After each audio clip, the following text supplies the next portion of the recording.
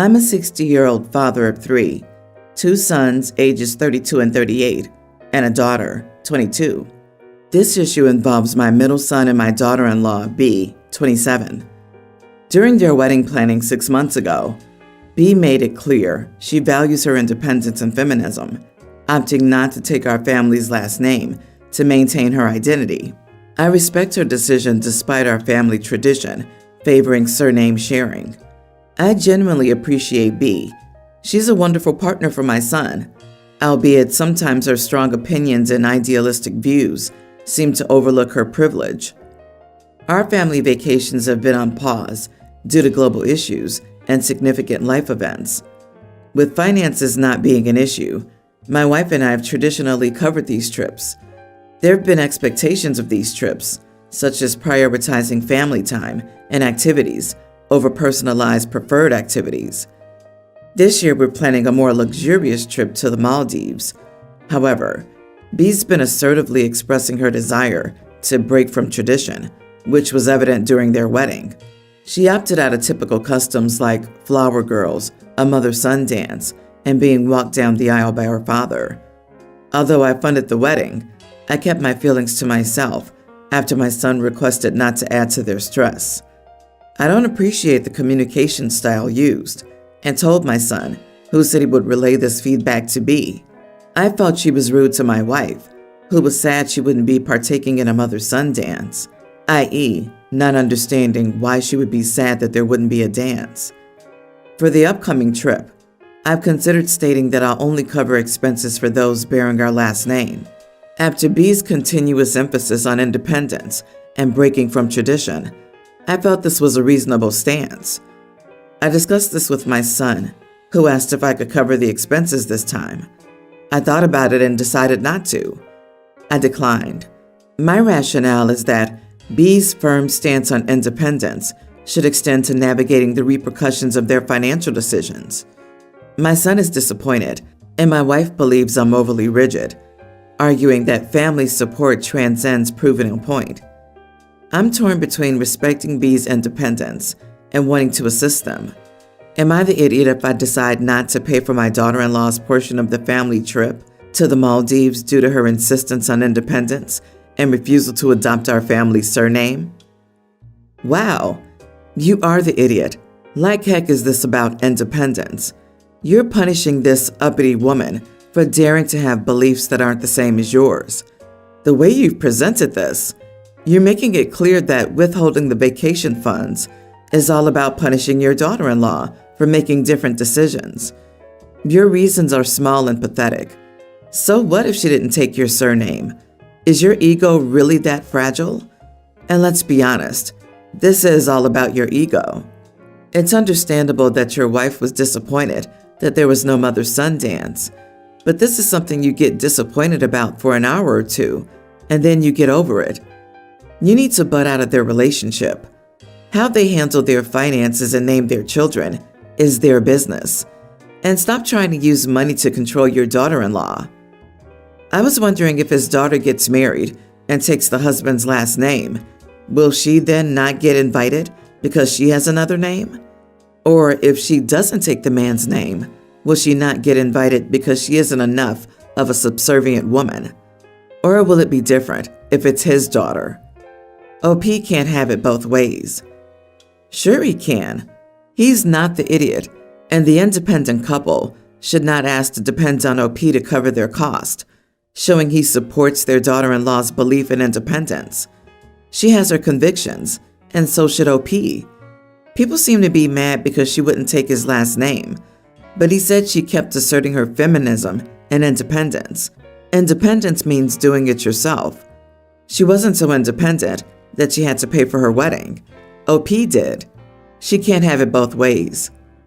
Yeah, I get that OP's bitter about the last name thing, but it's not the only problem here. I'm guessing the other issue is that B talks a lot about being independent and doesn't thank OP for anything OP pays for.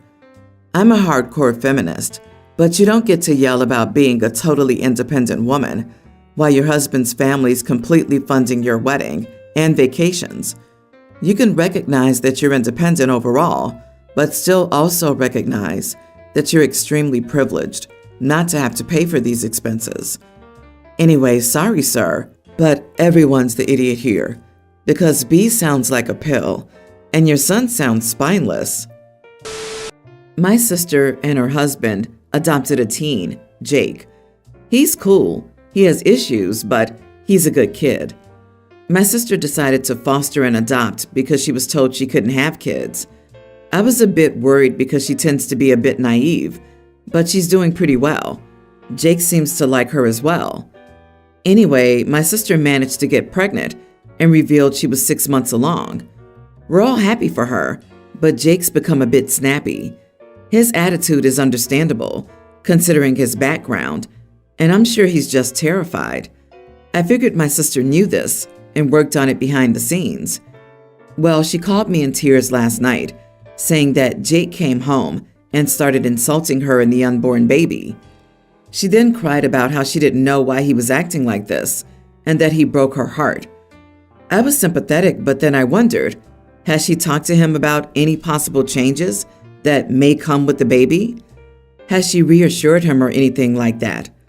I asked this very gently and she went quiet. She then said, "Oh, oops. I'm an idiot. Of course he's scared. That makes so much sense." I was a little shocked. I mean, she really didn't talk to him? At all?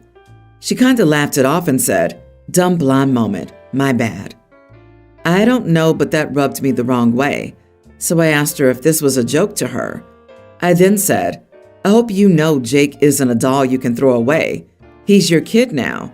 You can't have dumb blonde moments. And how on earth is this a silly my bad moment?"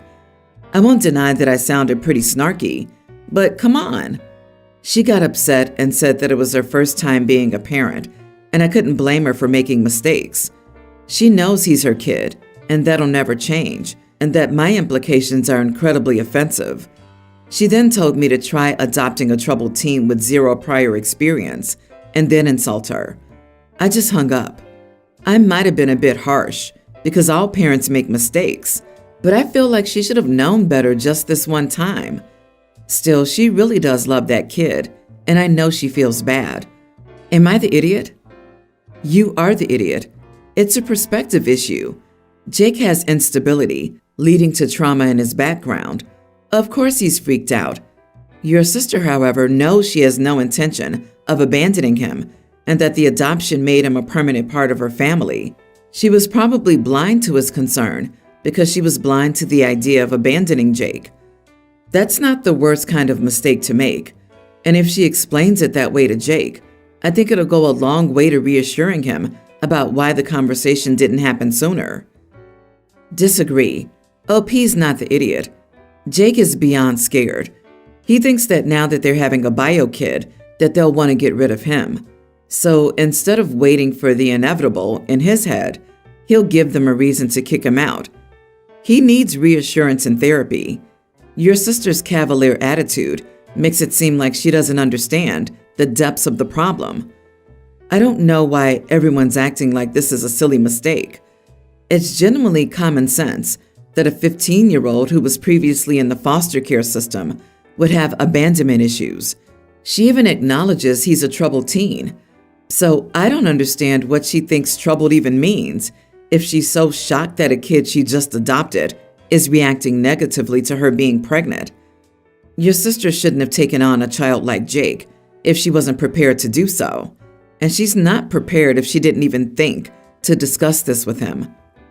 For Christ's sake, you discuss pregnancies with your small biological children to reassure them. You would have to be the world's biggest airhead not to know that. I mean, it's everywhere. Every child care textbook, movie, and show about kids getting a younger sibling. There are even children's books about it. I'm honestly still astounded by how dense this is. I have to question if your sister loves this boy at all. As the youngest in my family, I, 27 female, was often treated like I was a little princess who couldn't do anything for myself, which was aided by the fact that I was a very clumsy child, and some things took me a lot of practice and patience to get right. I was the butt of the joke, and my family loved to tease me and crack jokes about the fact that I couldn't boil water, or that I was a disaster everywhere I went. They would always say I could never be trusted in a kitchen and would need to find a man who could cook and clean for me in the future. It was something I resented, and it made me feel self-conscious. I tried hard not to mess up, but somehow I always seemed to. Moving out to attend college was the best thing I ever did. I met so many great people, including my husband, and I thrived in an environment where nobody was making fun of me. One of my friends was in culinary school, and she taught me a lot of cooking skills that I could use in my day-to-day life. She was patient and suggested that I might have something like dyspraxia. She recognized some of my difficulties as being similar to her brother's. Sure enough, I went to my doctor, who referred me to specialists to help diagnose me. I have a milder form, so it was never brought to my attention. I just looked like I was careless or clumsy as a kid. I didn't see or speak to my family a lot during this time. When I did, it was awkward. My husband, then boyfriend, would come with me sometimes, and he was always so annoyed by the jokes they made about me. When we got married, we actually eloped while on vacation overseas with his family. It was amazing and made for a much less stressful wedding. My family and my in-laws have seen each other once or twice before, but briefly. So when my family decided they wanted to come and see me and stay for a weekend in a hotel, we decided to host both families, and I cooked. But we didn't announce that until my parents started making their little jokes and crediting only my husband for our home's food and cleanliness. My in-laws were aware of how my family acts, but they didn't realize how little they believed in me. My husband giddily informed my family, after they had made idiots of themselves, that I had cooked the whole meal and that we shared those responsibilities. He said the same thing goes for the cleaning. My family was like, "Nah, she can't." But my in-laws said that I'd been cooking almost as long as they knew me, and I did a good job every time. My mother-in-law mentioned my diagnosis, and my dad told her they thought I was just trying to make excuses. My family was awkward, and my in-laws left with a better understanding of my family and a nice dose of anger at them for going to such lengths to humiliate me in front of them. My family was also angry at me for not explaining things better beforehand. Not the condition, but the fact that I do cook now and could do it. They said I tried to humiliate them out of pettiness. Am I the idiot? Good for you. And dear God, this is the first story I've seen where the in-laws are the good guys. Seriously, well done, you. And I know how much of a relief it can be to get that diagnosis and finally get the "oh crap, that explains so much" moment. Not the idiot. Your in-laws and husband sound amazing. Your own family, not so much. I hope they learned a lesson here, but I suspect probably not. I am so glad her parents and family finally got a taste of their own medicine. It's wonderful that she has loving and supportive in-laws.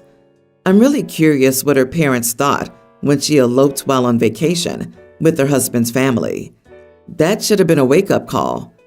Congratulations on getting away from such awful people. I think my sister needs to get over herself and realize she puts herself where she is now. She thinks I'm insensitive and should care more about family. So here we go, I guess. My sister and I grew up in a 2-bedroom trailer. Our parents had 5 kids. It was as trashy as it gets. Our family was poor as dirt. Our mom was a waitress, and our dad worked construction. I told myself I wouldn't live like that as an adult and would make better choices than my parents. I worked hard in high school and got a full ride to an affordable school. I later went back to school twice to end up becoming a CRNA. I've been one for 3 years, and I married my husband last year. We own a nice house, and we live a good life. We're child-free, but we've adopted some elderly cats so they could have a good last few years. My sister did pretty much exactly what our parents did. She got pregnant at 16 and kept it, even though abortion was an option. She's had 5 more kids since then, though the triplets weren't her fault. For some reason, there are a lot of multiple baby pregnancies in our family history. My sister doesn't work because they can't afford daycare, and her boyfriend, the father of just the triplets, works as a bartender at Chili's. They live in a smaller apartment and want to move but have bad credit. My sister looked on the offender registry, and now she's afraid because a bunch of them live in her neighborhood. She keeps telling me she wants me to give her money, saying things like, praying for a miracle that I somehow get the money to move my kids into a better neighborhood. Recently, my husband and I took a New Year's week trip. It had been frigid, and going to Ibiza for a week was refreshing. I posted pictures on my social media so my friends could see them and my nosy coworkers. My sister commented that I shouldn't flaunt my life when my family members struggle to get by. I texted her and told her not to post petty comments on my social media where my coworkers can see, and that if she has something to say, she needs to just say it. She asked me for money, and I said no, and she was all mad at me. I don't understand her thought process. I worked really hard for everything I have. She's made bad choices that left her where she is. Am I the idiot for posting my life where my sister can see? Not the idiot. Nobody forced her to look at your pictures. If you give her money, she'll have more kids. She's probably going to anyway, but it'll be a waste. Yep, she's living the consequences of her actions. Sharing your experiences isn't flaunting. She's just jealous. She made her choices, and you made yours. You're not obligated to fund her choices. When your nibblings are older, you can buy them things they need directly to help your sister out, or take them on vacation, but you don't need to subsidize your sister's choices. It would be different if she lost everything to a fire, or if one of them needed expensive medical treatment. Then it would be good to help her. OMG, a first unplanned pregnancy is an accident. 3 more is a lifestyle choice. Your sister's made choices, and now she can live with them. She should investigate programs that provide childcare assistance and seeing if it's enough to get her into the workforce. But it's not on you to bail her out. I'd pay for her to get her tubes tied, nothing else. I, 36 female, have 2 daughters, one of whom came out as trans a year ago. Let's call them Maria, nearly adult, and Anna, teen, my trans child. I want to start by saying that when Anna came out, I had no problem so long as her transition didn't get in the way of school or grades. The problem, however, is I have Anna's dead name tattooed on my body. I've had the tattoo since she was a toddler. It's pretty visible as it's on my neck, and every time Anna sees it, she gets visibly upset. She's told me she's looked into tattoo removal surgery and recommended that I get it removed or covered with her new name. Well, I have the money for it. I don't want to deal with it. After all, it's just a tattoo, and I don't think I should have to have it removed to show my love and dedication to this new identity. Anna, however, has accused me of not taking her seriously, and that if I truly loved and cared, I'd get it removed. I understand that removing or covering the tattoo would show dedication, but I truly don't see that as necessary. I think she's being absolutely ridiculous, pushing the issue. I'm an adult after all, and can make decisions about my own body, just as she can.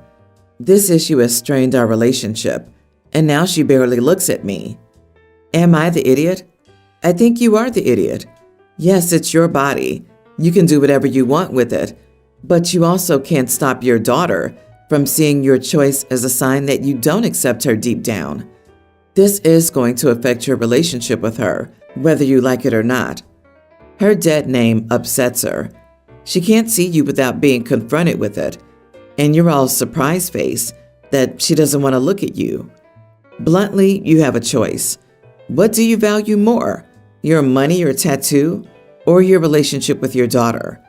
You have a right to make that choice in either direction, but you need to be able to accept the consequence of it. Listen, not going to comment on it if you're an idiot or not, but is this really the hill you want to die on? That being said, do not tattoo their new name on your neck. That's a stupid idea. They're mid-teen, and I can almost guarantee they'll change their name multiple times before settling on one. If you're going to cover it up Cover it up with something else entirely, their birth month flower perhaps.